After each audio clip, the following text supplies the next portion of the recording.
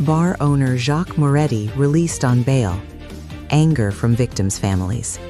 Swiss courts have ordered the release of Jacques Moretti, the French owner of the bar in Crans, Montana, where a fire killed 40 people on New Year's Eve. Swiss courts ordered the release on Friday, January 23rd, of Jacques Moretti, the French owner of the bar in Crans, Montana, that was ravaged by a fire that killed 40 people on New Year's Eve. This decision immediately sparked outrage among the victims' families and layers.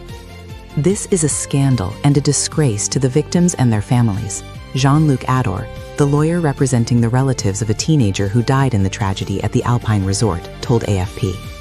3 weeks after the fire, 70 of the 116 injured are still hospitalized.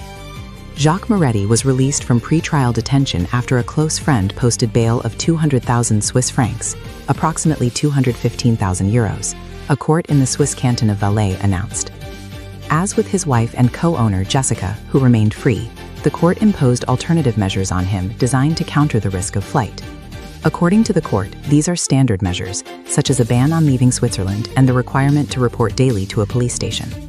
The victims have pointed to a risk of flight and collusion. Jacques Moretti, a 49-year-old of Corsican origin, is implicated along with his wife in the investigation opened after the tragedy.